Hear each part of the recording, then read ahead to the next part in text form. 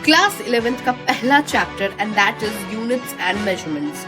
ये चैप्टर इतना आसान है ना, समझा तो मैं दूंगी पर पूरी वीडियो में आपको भी मेरे साथ समझना होगा विद फुल ऑन कंसंट्रेशन। आप इस वीडियो को देखिए और समझिए कि ये चैप्टर किस तरीके से वर्क करता है, ये आगे आने वाले चैप्टर्स में कितना हेल्पफुल होगा। तो चलिए शुरू करते हैं। सबसे पहले बात करते हैं इंट्रोडक्शन की। तो आपकी एनसीईआरटी में एक इंट्रोडक्शन गिवन है जहां पर बताया जा रहा है कि यूनिट क्या होता है। यूनिट जो वो है एक्सेप्टेड रेफरेंस, यानी कि कोई एक स्टैंडर्ड ले लिया है हमने। जैसे कि हमें अगर चावल खरीदना होता है तो हम क्या जाके बोलते हैं कि 5 केजी चावल दे दीजिए। ये तो नहीं बोलते ना कि 5 दे दीजिए। अब वो सोचेगा 5 दाने चावल देने हैं, 5 लीटर देना है, क्या देना है। तो इसके लिए हर फिजिकल क्वांटिटी के लिए हमने क्या किया है, एक सर्टेन बेसिक आर्बिट्ररीली चूजन और इंटरनेशनली एक्सेप्टेड एक रेफरेंस यूनिट लगाया है एंड उसी रेफरेंस को हम लोग क्या बोलते हैं, बेसिकली यूनिट बोलते हैं।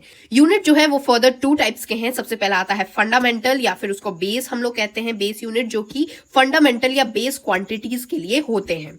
उसके बाद इन्हीं बेस या फंडामेंटल जो यूनिट्स होते हैं उन्हीं से डिराइव करके बनते हैं डिराइव्ड यूनिट।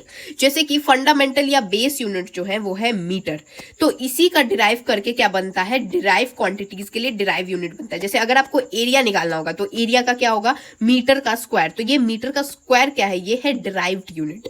तो डिराइव्ड यूनिट क्या होता है, बेसिक जो फंडामेंटल या बेस यूनिट होता है उन्हीं को मल्टीप्लाई या डिवाइड करके जो बनता है उसको कहते हैं, हमने डिराइव करके बनाया तो डिराइव यूनिट होता है। तो दोनों बेसिक यूनिट और डिराइव्ड यूनिट दोनों को मिला के हम लोग क्या बोलते हैं, सिस्टम ऑफ यूनिट्स बोलते हैं। यानी कि बेसिक यूनिट और डिराइव्ड यूनिट दोनों साथ में सिस्टम ऑफ यूनिट होते हैं।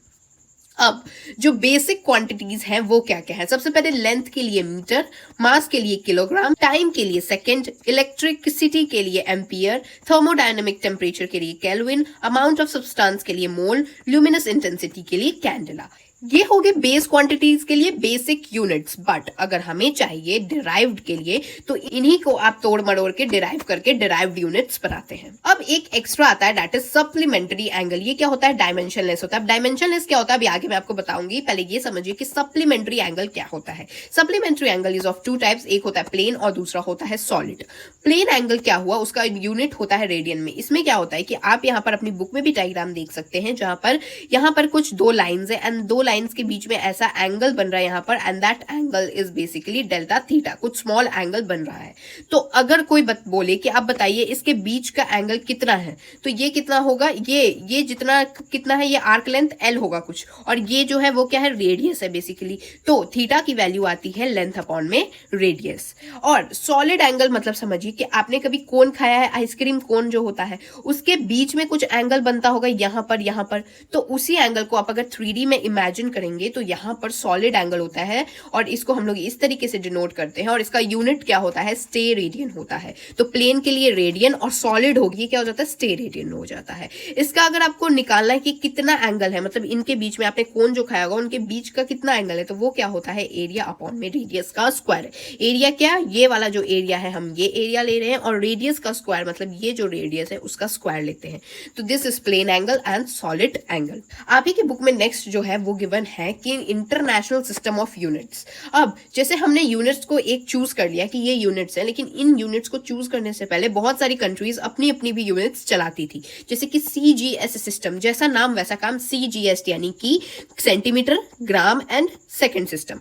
फिर एक और सिस्टम चलता था FPS सिस्टम। FPS में क्या होता है, F मतलब कि फुट, P मतलब पॉन्ड एंड S मतलब सेकंड। देन MKS सिस्टम यानी metre, kilogram and then second. तो टाइम के लिए तो सब चीज का सेकंड है, लेकिन आप ध्यान दीजिए यहाँ पर जो लेंथ है और जो वेट है उसका डिफरेंट है। जैसे CGS सिस्टम में सेंटीमीटर और ग्राम है, FPS में फुट एंड पॉन्ड है एंड MKS में मीटर एंड किलोग्राम है। अब इससे क्या प्रॉब्लम हो रही थी ना, जब हम एक जगह से दूसरी जगह जा रहे थे तो यूनिट कन्वर्जन्स की प्रॉब्लम हो रही थी। FPS जो यूनिट होता है वो ब्रिटिश यूनिट कहलाता है, तो ये जो FPS है ये ब्रिटिशर्स लोग यूज करेंगे। तो जब ब्रिटिशर्स लोग इंडिया आएंगे तो ये क्या बोलेंगे कि कुछ चीज पॉन्ड में दीजिए, लेकिन इंडिया में क्या होता है, इंडिया में चलता है किलोग्राम या ग्राम सिस्टम चलता है। तो अब ये दिक्कत होने लगी कि इसको कन्वर्जन्स कैसे करें। तो इसीलिए एक सिस्टम है इंटरनेशनली द यूनिट्स, जो कि इंटरनेशनली सिस्टम ऑफ यूनिट्स है। इन्होंने जो कि SI यूनिट आप सुनते हैं, ये SI यूनिट जो है वो एक स्टैंडर्ड स्कीम ऑफ सिंबल्स निकाला, जिसमें कि ये सारी चीजों को ऐसे डिफरेंशिएटेड नहीं रखते हैं हम लोग, एक स्टैंडर्डाइज कर दिया हमने, जहां पर यूनिट्स और एब्रिविएशंस का यूज किया गया। ये किसने किया था? National Bureau of Weights and Measures ने 1971 में किया था।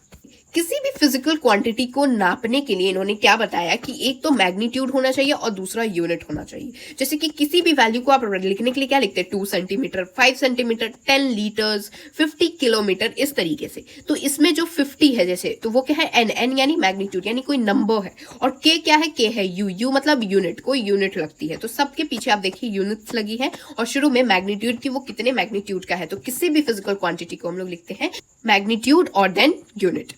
तो इसमें आप ध्यान दीजिए, N1 U1 is equal to N2 U2 का एक सिचुएशन बनता है। ये क्या होता है बेसिकली कि अगर आप 1 किलोमीटर को कन्वर्ट करेंगे 1000 मीटर में, तो इसमें N1 ये है, U1 ये है, इज इक्वल टू N2 ये है और U2 ये है। तो ये दोनों इक्वल होता है। तो इससे क्या पता चला कि एन यू जो है वो कांस्टेंट होता है। इसीलिए जब हम लोग एन और यू का ग्राफ निकालेंगे तो ये क्या होता है? एक रेक्टेंगुलर हाइपरबोला आता है, जहां पर एन जो है वो इनवर्सली प्रोपोर्शनल टू यू होता है।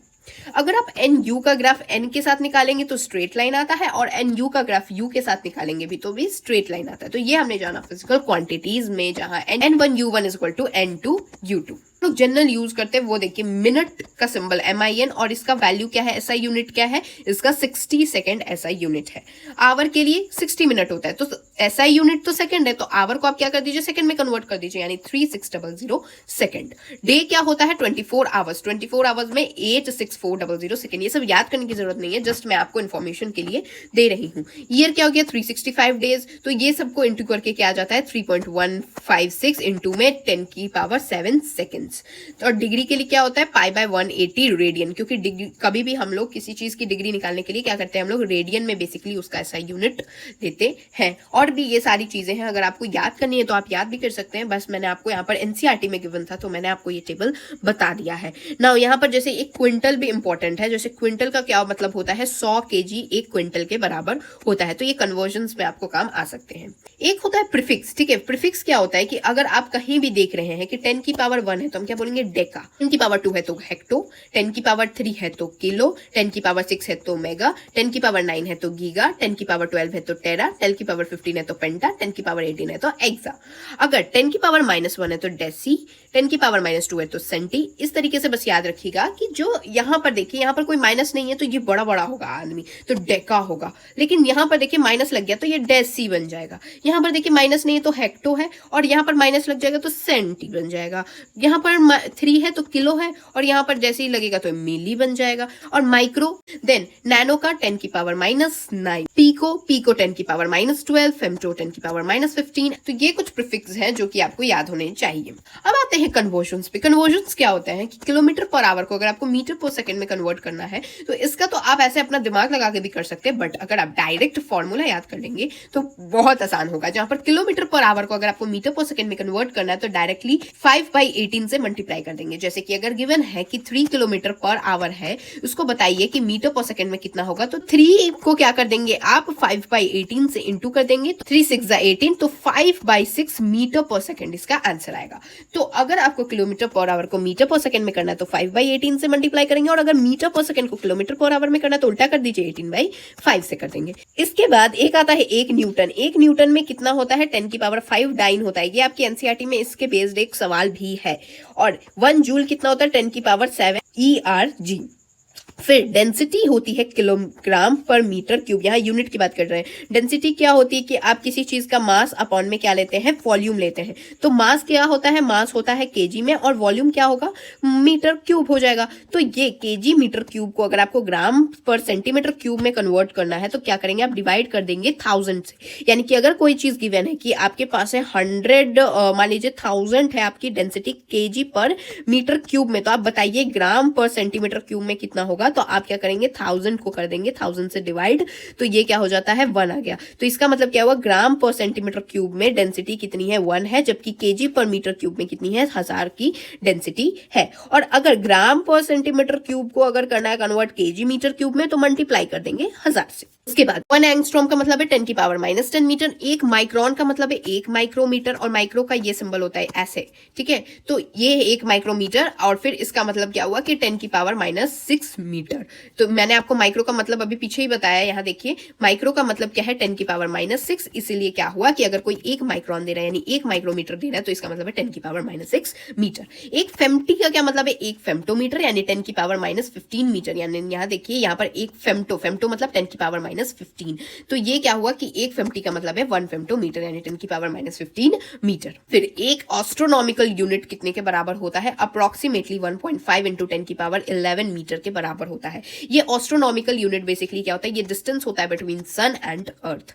फिर लाइट ईयर की बात की जाए, लाइट ईयर क्या होता है कि किसी एक लाइट को अगर कोई पार्टिकल से एक लाइट आ रही है, वो उस लाइट को किसी एक्स पार्टिकल तक पहुंचने के लिए, किसी एक्स जगह तक पहुंचने के लिए इस डिस्टेंस को इसने कितने सालों में कवर किया, उसको हम लोग कहते हैं लाइट ईयर। मतलब किसी एक लाइट को कितनी देर लग रही है एक जगह से दूसरी जगह, जो एक फिक्स्ड डिस्टेंस है उसको कवर करने में, तो ये एक लाइट ईयर का मतलब होता है 9.46 इंटू 10 की पावर 15 मीटर।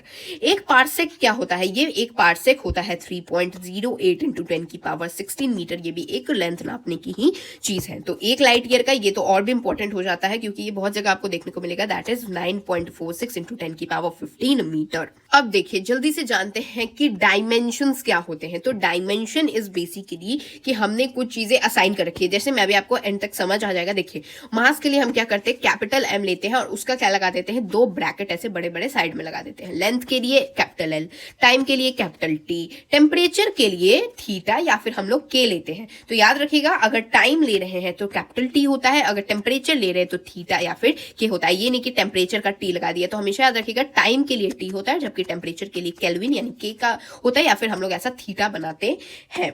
फिर करंट की बात की जाए तो एम्पियर होता है, तो उसका सिंबल कैसे दिखाते हैं हम लोग, ए के साइड में ब्रैकेट लगा देते हैं। अमाउंट ऑफ सब्सटेंस कैसे दिखाते हैं, एन से दिखाते हैं। और ल्यूमिनस इंटेंसिटी कैसे दिखाते हैं, जे से दिखाते हैं, बेसिकली जूल होता है ये।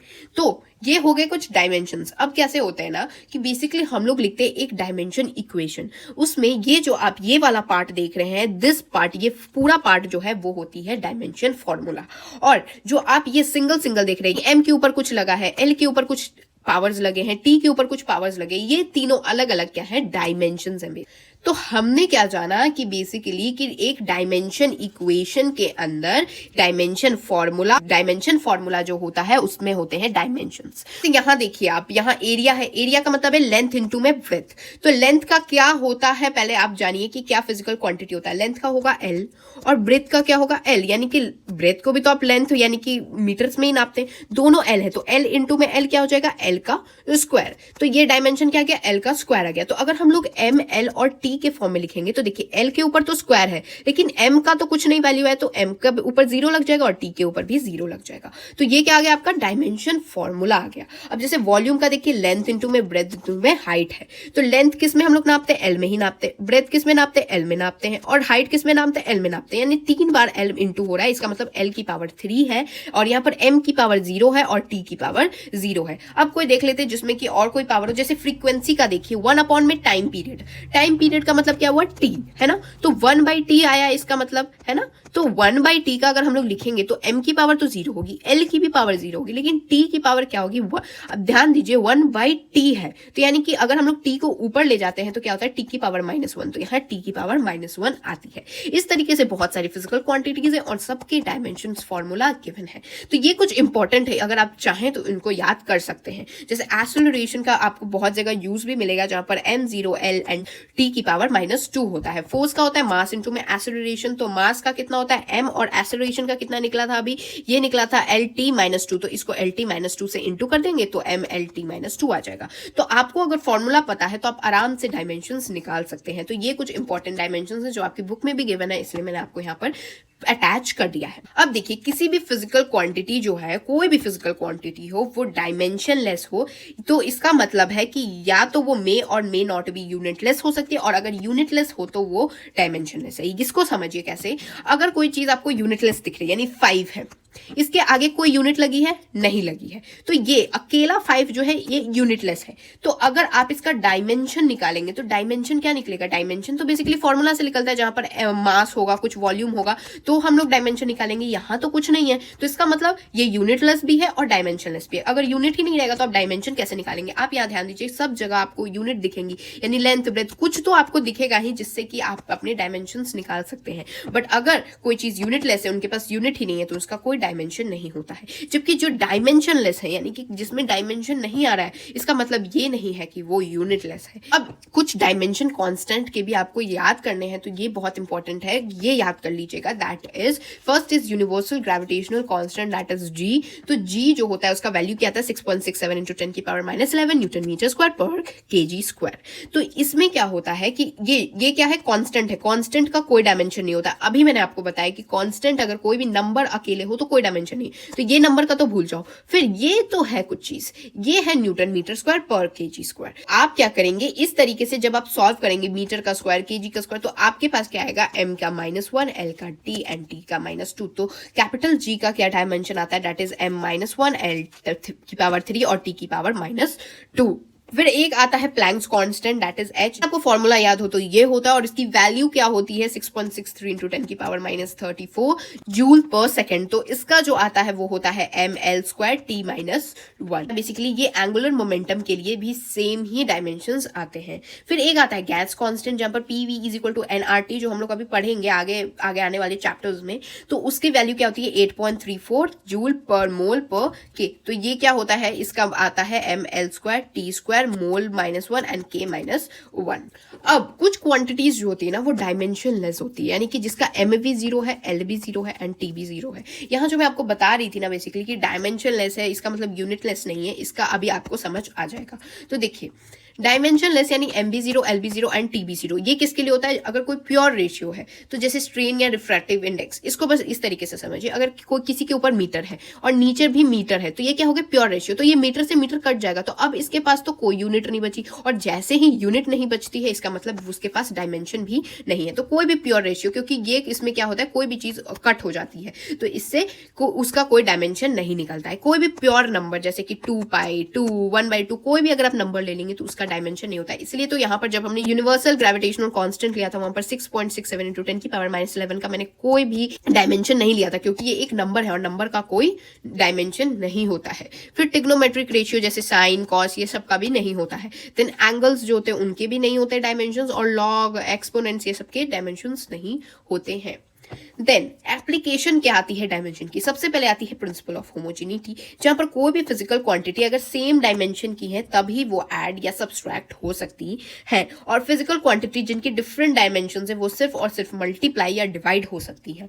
अगर कोई बोले केजी इंटू प्लस में मीटर कर दीजिए, तो आप क्या कहेंगे कि ये हो ही नहीं सकता। आप किसी चीज को केजी में, उसको अगर मीटर में कैसे प्लस कर देंगे? लेकिन अगर कोई बोले केजी इंटू में मीटर कर दीजिए, तो आप क्या होगा? केजी इंटू में मीटर कर देंगे। तो ये क्या होता है कि अगर दो चीज का फिजिकल क्वांटिटी का अगर डायमेंशन अगर सेम रहा तो ही हम लोग ऐड कर सकते हैं। ये क्या है? डिफरेंट डायमेंशन, इसलिए हम लोग ऐड नहीं कर सकते। लेकिन अगर डिफरेंट डायमेंशन रहा तब भी हम लोग क्या कर सकते हैं? मल्टीप्लाई या डिवाइड कर सकते हैं। हम चाहते तो केजी बाय मीटर भी कर सकते। डायमेंशनल जो एनालिसिस होता है ना, इसका क्या यूज होता है? देखिए प्रिंसिपल ऑफ होमोजेनिटी जो आपने जाना, इसमें क्या होता है, जैसे यहाँ देखिए v is equal to U plus A T, ये बहुत फेमस फॉर्मूला है। हाँ, ध्यान देने वाली बात ये है कि जो v का डायमेंशन होगा वो इक्वल होगा u के डायमेंशन से और इक्वल होगा ए टी के डायमेंशन से। क्यों? क्योंकि मैंने आपको बताया अगर कोई चीज प्लस हो रही है, इसका मतलब उनके डायमेंशन हमेशा ही सेम होंगे। इसीलिए अगर ये सारी चीजें प्लस हो रही है तो इसका मतलब है कि v का, u का और ए टी का डायमेंशन सेम है। फिर अगर जैसे देखिए s equal to U T plus half A T का स्क्वायर है, तो यहाँ पर देखिए s के डायमेंशन इक्वल होगा यू टी के डायमेंशन के, जो कि इक्वल होगा ए टी के डायमेंशन के, क्योंकि हाफ हम इसलिए नहीं लेंगे क्योंकि कांस्टेंट का कोई डायमेंशन नहीं होता है। ठीक है, तो ये है प्रिंसिपल ऑफ होमोजेनिटी, जहां पर हमने क्या जाना कि कोई भी फिजिकल क्वांटिटी तभी हम लोग ऐड या सब्सट्रैक्ट कर सकते हैं अगर उनके डायमेंशन सेम हो। अगर डिफरेंट डायमेंशन होते तो हम लोग सिर्फ मल्टीप्लाई या डिवाइड कर सकते हैं। अब एक बात यहां ध्यान रखिएगा कि अगर कोई चीज डायमेंशनली कर इनकरेक्ट है, इसका मतलब है कि या तो वो हो सकती है या वो नहीं हो सकती है फिजिकली करेक्ट। और अगर कोई चीज डायमेंशनली इनकरेक्ट बता रहा है तो इसका मतलब वो पूरी तरीके से फिजिकली भी इनकरेक्ट होगी। तो इसके लिए क्या होता है ना बेसिकली कि अगर हम देखें कि किसी का डायमेंशनल एनालिसिस हमने किया, तो जैसे इसी का कर लिया हमने, अगर u की डायमेंशन ए टी के बराबर नहीं आती तो इसका मतलब क्या होता है कि ये इक्वेशन में आपने कुछ गड़बड़ी की है, और इसीलिए क्या हो रहा है, डायमेंशनल एनालिसिस जब हम लोग कर रहे हैं तो यू का डायमेंशन और एटी का डायमेंशन सेम नहीं आ रहा है। तो अगर कोई चीज डायमेंशनली इनकरेक्ट हो गई इसका मतलब वो पूरी तरीके से ही इनकरेक्ट है। लेकिन अगर कोई चीज डायमेंशनली करेक्ट होगी तो जरूरी नहीं है कि वो फिजिकली भी करेक्ट हो, क्योंकि यहां पर पंगा आता है कांस्टेंट का, और यहां पर यही लिमिटेशन होती है डायमेंशन की, जो कि अभी आगे पढ़ेंगे भी। सेकंड होती है कि हम किसी अननोन क्वांटिटी का फाइंड आउट कर सकते हैं और किसी भी फॉर्मूला को हम लोग डिराइव कर सकते हैं, दैट्स द थर्ड पॉइंट। तो अगर हमें कैसे हम लोग फाइंड करते हैं डायमेंशन किसी भी अननोन क्वांटिटी का, जैसे कि अगर v का गिवन है, u का नहीं गिवन होता, तो आप आराम से ये जान के फाइंड आउट कर लेते कि अच्छा v का अगर डायमेंशन कुछ 2 होता तो यहाँ पर u का भी डायमेंशन कुछ 2 ही होता। क्यों? क्योंकि दोनों तो इक्वल ही है। तो इससे क्या होता है, हम लोग अननोन क्वांटिटीज के डायमेंशंस भी निकाल सकते हैं और डिराइव कर सकते हैं फॉर्मूला भी। अब जो मैंने अभी आपको बताया कि डायमेंशनल एनालिसिस तो बहुत हेल्पफुल है, लेकिन इसमें कांस्टेंट जो है वो हम लोग नहीं निकाल सकते हैं, यही दिक्कत आ जाती है। ये डायमेंशनल वैलिडिटी तो है लेकिन हम लोग एग्जैक्ट रिलेशन नहीं निकाल सकते हैं, और हम लोग डिस्टिंग्विश भी नहीं कर पाते दो फिजिकल क्वांटिटीज जिनके सेम डायमेंशंस हो। जैसे कि अगर दो फिजिकल क्वांटिटीज के सेम डायमेंशंस आ गए तो अब इन दोनों में क्या डिफरेंस होगा, तो ये भी हम लोग इससे नहीं बता पाते हैं। और तो इसके लिमिटेशंस क्या है, हम लोग किसी भी एग्जैक्ट वैल्यू किसी कांस्टेंट की नहीं बता पाते, क्योंकि कांस्टेंट जो है उसका तो कोई डायमेंशन ही नहीं होता है, और उसके साथ हम लोग नेचर भी नहीं बता सकते कि कोई चीज स्केलर है कि वेक्टर है। हम लोग फॉर्मूला भी डिराइव नहीं कर सकते जिसमें डायमेंशनलेस क्वांटिटीज है। ठीक है, हम लोग फॉर्मूला डिराइव कर सकते हैं डायमेंशन से, लेकिन जिस फॉर्मूला में डायमेंशनलेस क्वांटिटीज, जो कि मैंने यहाँ आपको बता रखा है कि क्या क्या डायमेंशनलेस क्वांटिटीज है, जहां पर साइन कॉस का यूज हो जाएगा, आप उसका फिर डायमेंशन एनालिसिस या फिर कुछ भी करके आप डायमेंशन से ये फॉर्मूलेस नहीं निकाल सकते हैं। एंड फिर आप डिराइव नहीं कर सकते किसी फिजिकल क्वांटिटी को अगर वो more than one physical quantity पे डिपेंड होता है। ये बहुत ज्यादा ही डिफिकल्ट हो जाता है। जैसे फोर्स का अगर ई एक्स वी कुछ वी की पावर कुछ वाई है, टी की पावर जेड है, पी की पावर क्यू है, तो जब हम लोग एम एल टी माइनस 2 यानी फोर्स का हम लोग को, ये मैंने आपको अभी टेबल में दिखाया था कि एम एल टी माइनस 2 होता है डायमेंशन, तो फिर हम क्या करेंगे, ई का पावर एक्स है तो एन इसका पावर एक्स कर देंगे, सब ऐसे करेंगे। तो उसके बाद अगर आप देखेंगे तो यहाँ पर सबके नीचे वाले डायमेंशन अलग अलग है, तो हम लोग ऊपर वाले पावर्स को किसी से भी इक्वेट नहीं कर पा रहे, हम लोग आगे कुछ भी सॉल्व नहीं कर पा रहे। तो अगर more than one physical quantity पे कोई चीज डिपेंड करती है तो हम लोग ये यूज नहीं कर सकते हैं, और हम लोग एग्जैक्ट साइन भी नहीं फाइंड आउट कर सकते कि कोई चीज प्लस हो रही है कि माइनस हो रही है। तो ये सारी कुछ लिमिटेशंस होती है। अब बात करते हैं ग्रेडियंट क्या होता है। किसी चीज का भी अगर आपको ग्रेडियंट निकालने के लिए कह दे तो आप उस चीज को लेंथ से डिवाइड कर देंगे। जैसे अगर कोई बोले प्रेशर ग्रेडियंट क्या होता है तो प्रेशर बाय लेंथ कर देंगे, कोई बोले वेलोसिटी ग्रेडियंट क्या है तो वेलोसिटी बाय लेंथ कर देंगे। मतलब किसी चीज का ग्रेडियंट बोले आप लेंथ से डिवाइड कर देंगे। मेजरमेंट ऑफ लार्ज डिस्टेंस, अगर आपको लंबी दूरी को मेजर करना है तो लार्ज डिस्टेंस को मेजर करने के लिए हम यूज करते हैं पैरेललेक्स मेथड। ये मेथड क्या होता है बेसिकली कि हम क्या करते हैं, 2 पॉइंट्स लेते हैं। जैसे कि अगर हमें अर्थ से मून तक की दूरी को निकालना है तो हम 2 पॉइंट्स लेंगे। हमें पता है कि अर्थ का जो रेडियस होता है, रेडियस कितना होता है 6400 किलोमीटर। तो अगर ये पूरा का लेंथ कितना होगा 6400 इंटू में 2 कर देंगे तो ये आ जाएगा डायमीटर। तो हमें इसके बीच का आपको मिल गया बेसिकली डायमीटर कितना होता है। इसके बीच का आप डिस्टेंस देखिए और मून पे आप एक पॉइंट ले लीजिए, ठीक है, और यहां से एक लाइन भेजिए और एक यहां से आप इतने का डिस्टेंस देखिए। जब आप देखेंगे तो यहां पर कुछ थीटा एंगल बनेगा, और क्योंकि मून हमसे बहुत ज्यादा दूर है तो थीटा जो होती है ना वो अप्रोक्सीमेटली हम लोग क्या मानते हैं, 0 मानते हैं। क्यों? क्योंकि मून हमसे बहुत ज्यादा दूर है तो जो थीटा आती है ना बिल्कुल ऐसी आती है, ऐसी, ठीक है। तो मतलब ये एक लाइन जाता है और ये जो है वो दूसरा लाइन जाता है। आप यहां देख सकते हैं कितना सा थीटा है, इसको हम लोग डायरेक्टली 0 ही मान लेते हैं। तो इससे आप यहाँ एक ट्रायंगल बनता देख रहे हैं, तो इसको हम लोग क्या इमेजिन करते हैं, कैसे शेप इमेजिन करते हैं जहां पर डी है, थीटा है एंड ये क्या है, कुछ बी है। तो ये क्या निकलेगा, theta is equal to B upon में डी। तो ये आता है डी, यानी इसका अगर डिस्टेंस करना है तो बी अपॉन में थीटा आ जाएगा। अब जैसे हमने यहाँ से डिस्टेंस फाइंड कर लिया किसी चीज का, वैसे ही हम लोग इसकी लेंथ भी फाइंड आउट कर सकते हैं। अगर हम लोग रिवर्स पैरेलल्स लगाए, यानी कि इसका यहाँ से और यहाँ से ये अर्थ पे एक पॉइंट पे भेजे तो यहाँ पर कुछ डिग्रीज फाई जैसे एंगल बन रहा है और ये कुछ डिस्टेंस है, तो हमें बताना है कि इसका डायमीटर कितना है। तो सेम इसको रिवर्स पैरेलल्स बोलते हैं, जहां पर डी जो है वो साइज ऑफ प्लैनेट बताना होता है। तो यहाँ पर फाई की वैल्यू आती है capital D by small D, यानी कि ये वाला capital D by small D और ये फाई क्या है, इसके बीच का एंगल है। तो इसके बाद अगर आप इसको इधर ले जाएंगे तो फाई इंटू में D is equal to capital D हो जाएगा। तो फाई इंटू में डी स्मॉल डी क्या है, ये डिस्टेंस है। तो ये हमने लगाया रिवर्स पैरेलैक्स। इसके कुछ लिमिटेशन है जहां पर डिस्टेंस जो है वो 100 लाइट ईयर से कम होने चाहिए, 100 लाइट ईयर से ज्यादा होता है तो यहाँ पर कुछ कुछ डिफरेंस आने लगती है। इसीलिए पैरेलैक्स का एक लिमिटेशन है कि डिस्टेंस हमेशा ही 100 लाइट ईयर से कम होना चाहिए। अब बात करते हैं एरर्स की। तो एरर क्या होता है, किसी भी मेजरमेंट को अगर आप कोई चीज मेजर कर रहे हैं और उसमें आपने कुछ अनसर्टेनिटी कर दी, मतलब कुछ गड़बड़ कर दी, तो उसको हम लोग करेंगे एरर। तो एरर क्या होता है, इसका फॉर्मूला होता है error is equal to measured value, मतलब आपने जो वैल्यू निकाली माइनस ट्रू वैल्यू, यानी कि आपने जो गलत भी वैल्यू निकाली उसको माइनस कर देंगे आप ट्रू वैल्यू से। तो ट्रू वैल्यू क्या हो गई कि जो एक्चुअल लेंथ है उससे माइनस कर देंगे। तो अगर आप सही सही निकालेंगे तो जो आपकी मेजर्ड वैल्यू होगी और ट्रू वैल्यू होगी वो इक्वल होगी। तो जैसे कि अगर मान लीजिए कुछ लेंथ का है दैट इज ऑफ 3 सेंटीमीटर, तो आपने जब मेजर किया तो मेजर्ड वैल्यू आई आपकी 4 सेंटीमीटर, आपने कुछ गड़बड़ी कर दी, लेकिन ट्रू वैल्यू जो है वो तो 3 सेंटीमीटर की है। तो जब आप 4 माइनस 3 करेंगे तो आएगा 1, तो 1 सेंटीमीटर का आपका एरर निकला है। लेकिन अगर आप सही सही मेजर करेंगे तो अगर ये 3 सेंटीमीटर का था तो अगर आप 3 सेंटीमीटर ही मेजर करेंगे तो 3 सेंटीमीटर माइनस 3 सेंटीमीटर हो जाएगा, तो that will be equal to 0 centimetre, यानी एरर कितना का निकला, 0 का निकला। तो एरर निकालने के लिए हम लोग मेजर्ड में से ट्रू वैल्यू को माइनस कर देते हैं। पहला एरर होता है that is systematic error. Systematic error जो होता है उसका हम लोगों को कॉज नोन होता है। इसका ये या तो पॉजिटिव हो सकता है या नेगेटिव हो सकता है, यानी यूनिडायरेक्शनल होगा। या तो कोई चीज अगर बढ़ रही है तो बढ़ेगी ही, यानी कि अगर जैसे वेइंग मशीन होता है तो किसी किसी में वेट मशीन खराब हो जाता है तो उसमें क्या होगा, हमेशा ही +5 कुछ आपको वेट एक्स्ट्रा दिखेगा, तो ये हमेशा +5 दिखेगा। ऐसा तो नहीं होगा ना कि आप एक बार वेट करेंगे तो +5 दिखेगा, अगली बार वेट करेंगे तो +6 एक्स्ट्रा केजी बढ़ा देगा, नहीं, ये एक सिस्टम का एरर है। वो सिस्टम ही खराब है जहां पर +5 हर बार दिख रहा है। तो इसलिए आप कितनी बार भी ऑब्जर्वेशन ले लें, ये इंडिपेंडेंट होता है। एक बार ये मशीन खराब है तो भाई वो +5 ही हर बार दिखाएगी, वो कभी ऐसा नहीं होगा कि एक बार लेंगे तो +6 दिखाएगी, एक बार लेंगे तो +7 दिखाएगी। इसको हम लोग एलिमिनेट भी कर सकते हैं, यानी कि आप मशीन को ठीक करा देंगे, है ना। तो सिस्टमैटिक एरर के भी 3 टाइप्स होते हैं, एक होता है इंस्ट्रूमेंटल, नेक्स्ट होता है इम्परफेक्ट टेक्निक और तीसरा होता है इन्वायरमेंटल एरर। ये 3 बेसिक क्या चीजें हैं ये मैं बताती हूँ। इंस्ट्रूमेंटल एरर में क्या है कि किसी चीज का इनपरफेक्ट डिजाइन, को मैंने वेट मशीन का एग्जांपल दिया। फिर या तो आप एक्सपेरिमेंट टेक्निक ही गलत यूज कर रहे हैं, जैसे थर्मोमीटर को लोग क्या करते हैं, आर्मपिट में लगाते हैं, तो इससे क्या होता है ना कि टेम्परेचर में आपको फ्लक्चुएशन दिख सकता है, जबकि जो एक्चुअल टेम्परेचर कब आता है, जब आप इसको अपने टंग के नीचे लगाते हैं ना, तब आता है एक्चुअल वैल्यू। तो ये क्या है, आपने इम्परफेक्ट मेजरमेंट ही किया है।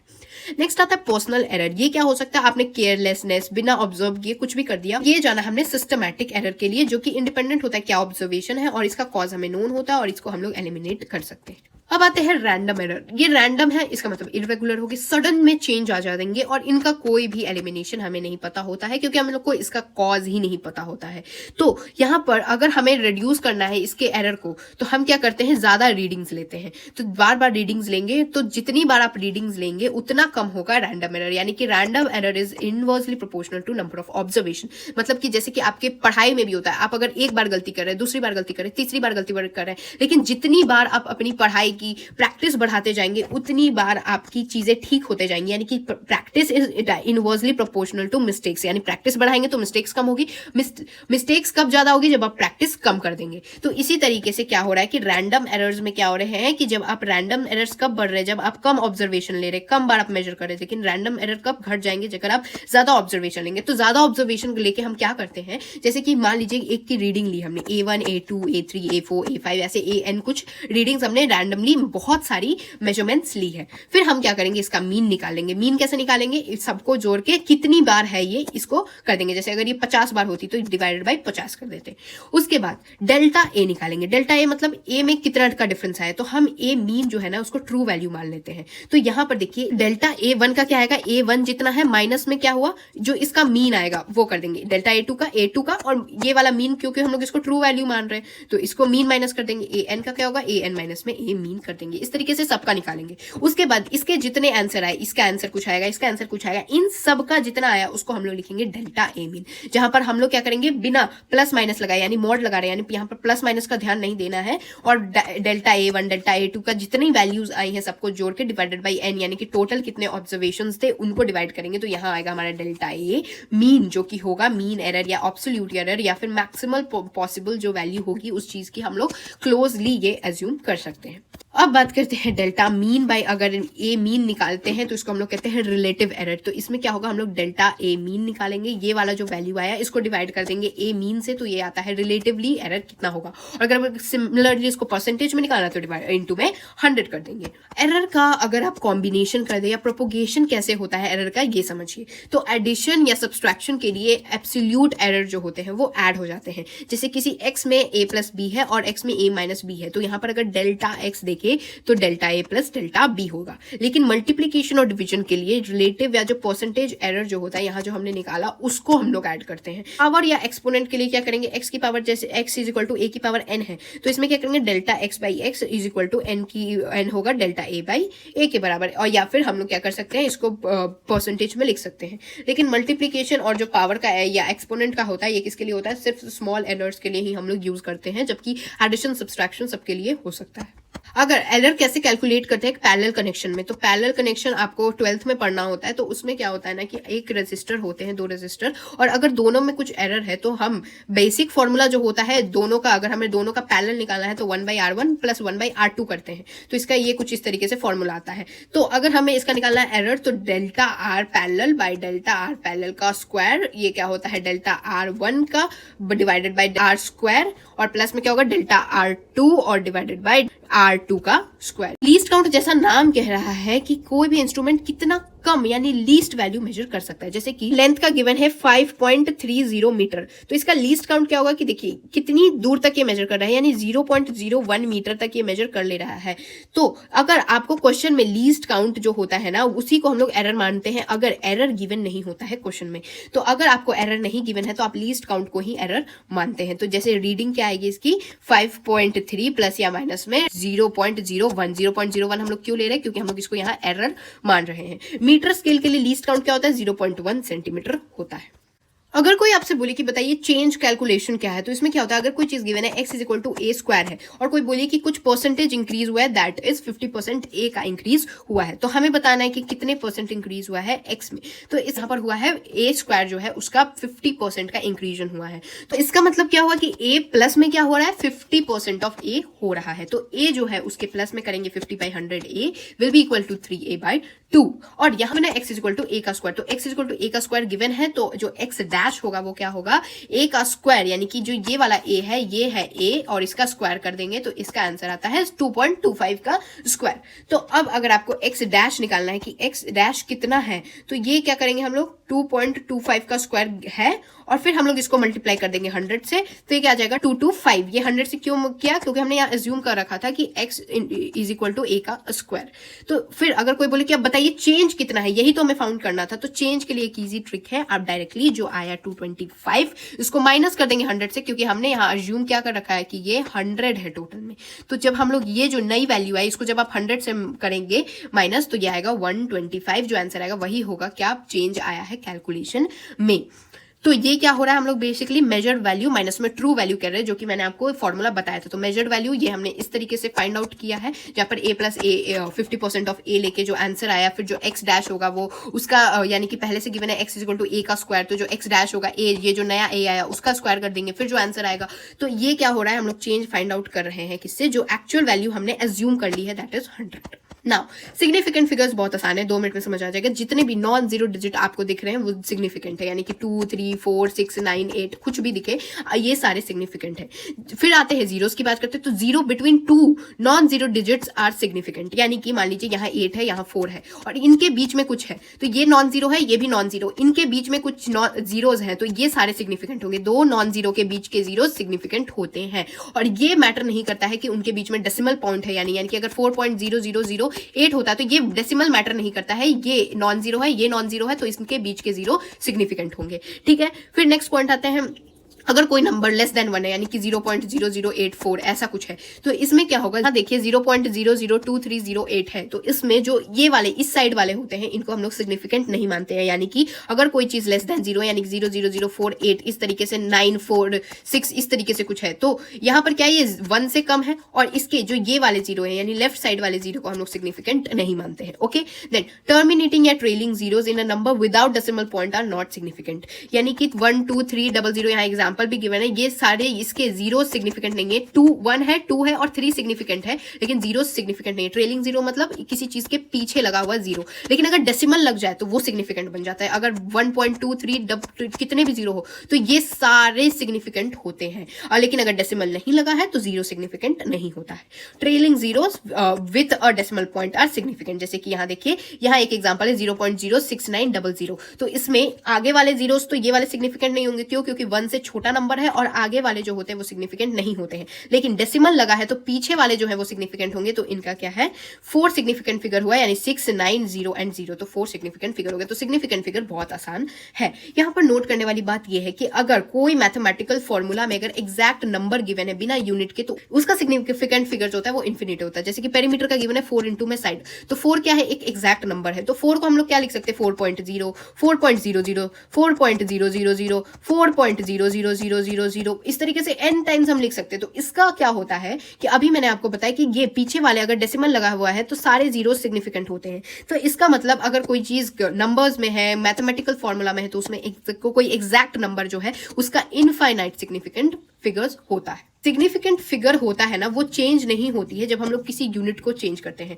इसलिए जब हम लोग साइंटिफिक नोटेशन यूज करते हैं, जो कि होता है कि a इंटू में b का पावर में कुछ आप लिखेंगे, जैसे कि यहाँ देखिए 356.0 मीटर है, इसमें कितने सिग्निफिकेंट फिगर्स है, 1 2 3 एंड 4, तो 4 सिग्निफिकेंट फिगर्स है। अगर हम लोग मीटर को सेंटीमीटर में कन्वर्ट करेंगे तो क्या आएगा, 3, इसको सेम रखेंगे और इंटू में क्या कर देंगे, साइंटिफिक नोटेशन, यानी सेंटीमीटर का कितना होता है, वो होता है 10 की पावर 2। ये मैंने आपको फर्स्ट टेबल में ही इसलिए याद करवाया था। और फिर तो इसका क्या सिग्निफिकेंट फिगर नहीं है, और ये चार ही बचे। तो ये क्या होता है कि किसी भी चीज को अगर आप अगर एक यूनिट से दूसरे यूनिट में ले जाते हैं तो उसका साइंटिफिक नोटेशन अगर लिखते हैं तो उसका सिग्निफिकेंट फिगर चेंज नहीं होना चाहिए। अगर हो रहा है तो आपने कुछ गड़बड़ी की है। अब राउंडिंग ऑफ की बात की जाए तो ये तो सबसे आसान है। देखिए, अगर कोई डिजिट अगर आपको राउंड ऑफ करना है, जैसे 3.3464 है, तो अगर आपको इसको 2 डिजिट में राउंड ऑफ करना है तो आप क्या करेंगे कि ये वाला डिजिट आपको ड्रॉप करना पड़ेगा। और ड्रॉप कैसे करेंगे, अगर उसके सामने वाला डिजिट अगर 5 से ज्यादा हो, अगर 5 से ज्यादा हो तो क्या करते हैं हम लोग, उसको +1 देते हैं।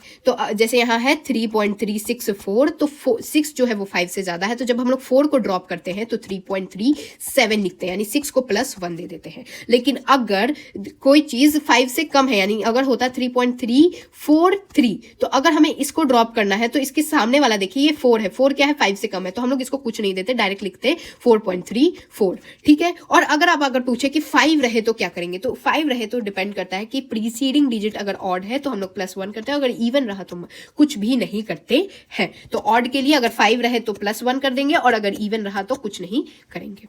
अब सिग्निफिकेंट फिगर्स का यूज कहाँ आता है, देखिए, तो मल्टीप्लिकेशन या डिवीजन में जो फाइनल रिजल्ट का सिग्निफिकेंट फिगर होता है वो इक्वल होना चाहिए सिग्निफिकेंट ऑफ लीस्ट जो सिग्निफिकेंट फिगर होता है। जैसे जो क्वेश्चन में सिग्निफिकेंट फिगर गिवन है उसमें जो सबसे लीस्ट जिसका सिग्निफिकेंट फिगर है उसके जितना सिग्निफिकेंट फिगर जो होना चाहिए वो फाइनल रिजल्ट में होना चाहिए। तो यहाँ पर क्या है, 2 सिग्निफिकेंट फिगर का लीस्ट है, तो जो रिजल्ट आए उसको हम लोग क्या कर देंगे, 2 में कर देंगे। और इसको कैसे करेंगे, जो एक चीज ड्रॉप करके, उसका मैंने राउंडिंग ऑफ आपको बता दिया है। और एडिशन और सब्सट्रैक्शन के लिए क्या करते हैं हम लोग, जो फाइनल सिग्निफिकेंट फिगर कितना होना चाहिए वो लीस्ट डेसिमल प्लेसेस पे डिपेंड करता है। जैसे यहाँ पर लीस्ट डेसिमल प्लेस कितना है, 2 का है, तो ये क्या होगा, इसका जब इतने सारे का आप आंसर निकालेंगे तो लीस्ट वाला डेसिमल प्लेस वाला आंसर लिखेंगे। तो एडिशन सब्सट्रैक्शन के लिए लीस्ट डेसिमल प्लेस यूज करते हैं, जबकि मल्टीप्लिकेशन डिवीजन के लिए हम लोग सिग्निफिकेंट फिगर्स का यूज करते हैं। फिर बात करते हैं एक्यूरेसी और प्रिसीजन क्या होता है। तो कोई भी ट्रू वैल्यू जैसे गिवन है 4.38, तो एक्यूरेसी का मतलब क्या हुआ कि उस वैल्यू के वो चीज जो हम लोग बहुत सारे ऑब्जर्वेशंस निकाल रहे हैं तो उस वैल्यू के वो कितने करीब है। तो ट्रू वैल्यू मान लीजिए यहाँ है, तो जो हम लोग वैल्यूज निकाल रहे हैं मान लीजिए इसके कितने करीब है उस पर डिपेंड करता है। तो जैसे 4.42, 4.30, 4.33 ये ट्रू वैल्यू नहीं है, लेकिन ट्रू वैल्यू के करीब तो है ना, 38 के करीब तो है।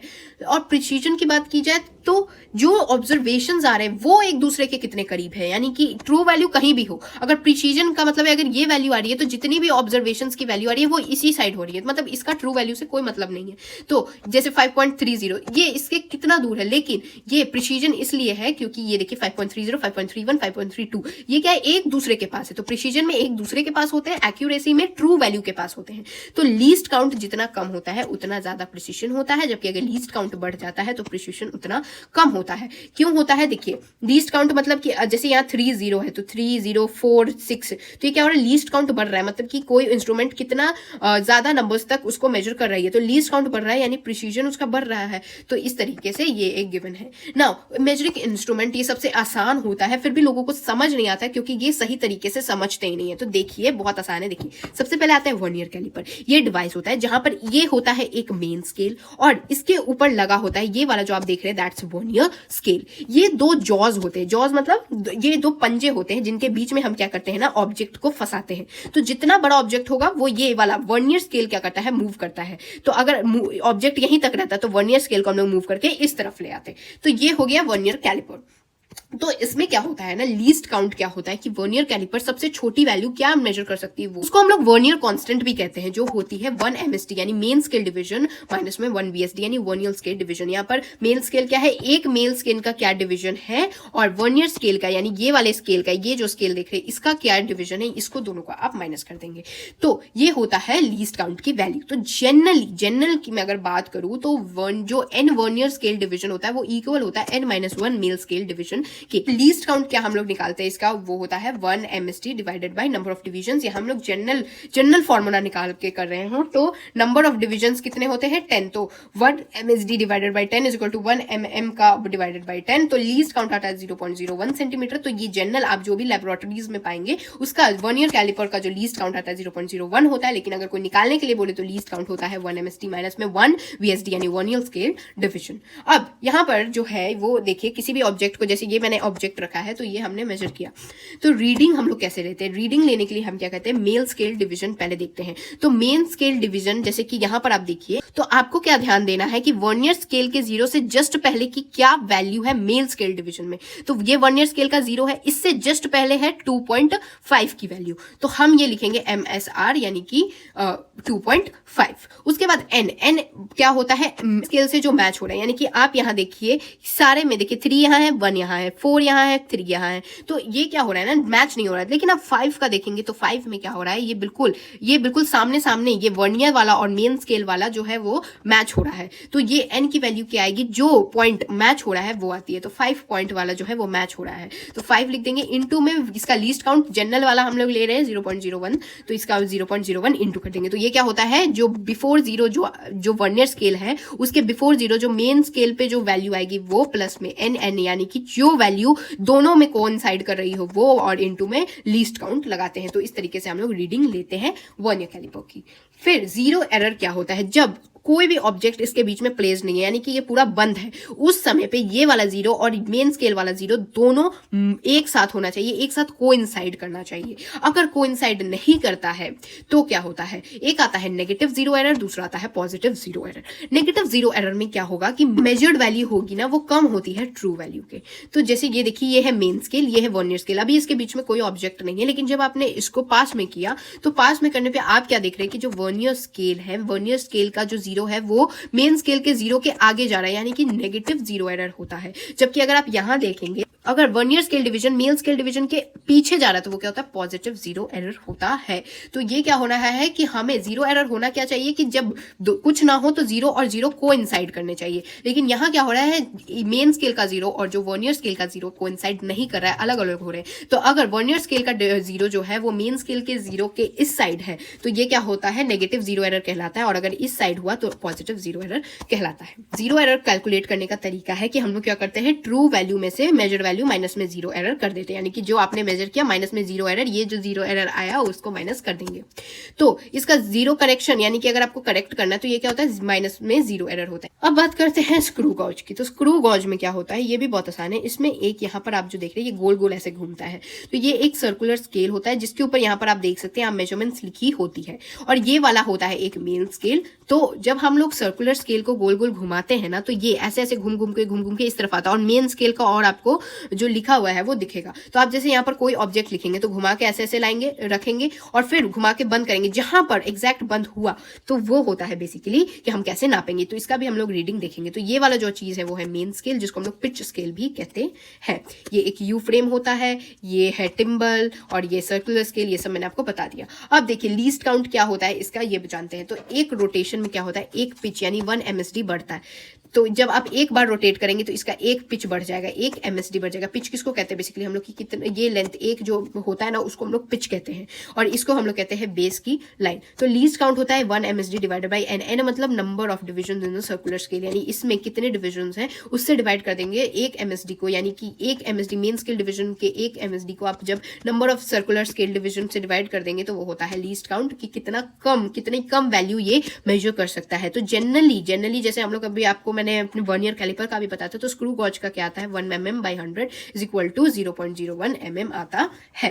अब रीडिंग कैसे लेते हैं, तो रीडिंग लेने का तरीका ये होता है कि जब हम लोग इसको गोल गोल घुमाया, ऑब्जेक्ट प्लेस कर दिया, अब जब गोल घुमाया तो जो 26 division of circular scale division जो है वो बेस लाइन के साथ मैच कर रही है, यानी कि ये 26 डिवीजन है, ये बेस लाइन है, तो जो डिवीजन बेस लाइन के साथ मैच कर रही है उसको हम लोग रखेंगे। ये है मान लीजिए 4.6, ये वाला जो है मेन स्केल डिवीजन की मैं बात कर रही हूँ तो 4.6 है, तो हम क्या करेंगे मेन स्केल डिवीजन लेंगे 4.6 प्लस में, तो जो वैल्यू बिल्कुल कोइंसाइड कर रही हो बेस लाइन से उसको हम लोग कहते हैं मैचिंग डिवीजन। तो मैचिंग डिवीजन का है 26 और फिर लीस्ट काउंट से इंटू कर देंगे, तो 4.6 प्लस में 0.26 सेंटीमीटर इक्वल टू 4.626, इसकी जो भी ऑब्जेक्ट यहाँ प्लेस्ड होगा उसकी वैल्यू आ जाएगी। तो हम कैसे रीडिंग लेते हैं, मेन स्केल डिवीजन लेंगे, प्लस करेंगे किसको लीस्ट काउंट जो होगी, इंटू में क्या लेंगे मैचिंग डिवीजन, जो चीज मैच कर रही हो। तो यहाँ देखिए वर्नियर स्केल में क्या था रीडिंग का फॉर्मूला, वो था कि हम लोग मेन स्केल डिवीजन इसमें भी ले रहे थे, एन क्या लेते जो मैच हो रहा है, और प्लस इंटू में क्या कर रहे थे लीस्ट काउंट कर दे रहे थे, और ये जो इंटू कर रहे थे प्लस कर दे रहे थे, तो उसमें भी बस सेम है, बस ये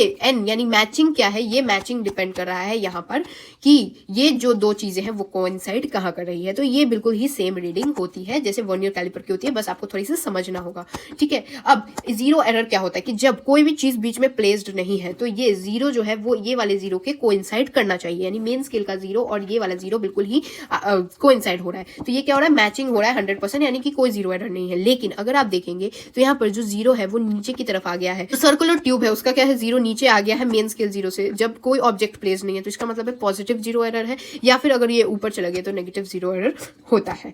या फिर ये भी हो सकता है कि जब आप पूरा बंद करें तो ये होना क्या चाहिए, जीरो बिल्कुल यहाँ पर होना चाहिए मेन स्केल का जीरो, तो मेन स्केल वाला जीरो क्या हो रहा है यहाँ हो रहा है, यानी कि आपने पूरा दम लगा के इसको गोल घुमा के बंद भी कर दिया, फिर भी ये वाला और ये वाला जीरो कोइंसाइड नहीं कर रहा, तो ये भी होता है पॉजिटिव जीरो एरर। और नेगेटिव जीरो एरर क्या होगा कि अगर पूरा ही कोइंसाइड कर गया, मतलब इसके अंदर चला गया और आपको अब नजर नहीं आ रहा है जीरो, तो ये होता है नेगेटिव जीरो एरर, यानी कि मेन स्केल का जीरो आपको नजर ही अब नहीं आ रहा है। तो ये हो गया कुछ जीरो एरर्स। तो this was it for this video, I hope you guys understood. के नोट्स मैं आपको डिस्क्रिप्शन में प्रोवाइड करवा दूंगी, तो please do check it in the description box below. तो meet you guys in the next video, तब तक के लिए thanks for watching and don't forget to like share and subscribe to my channel. Bye bye.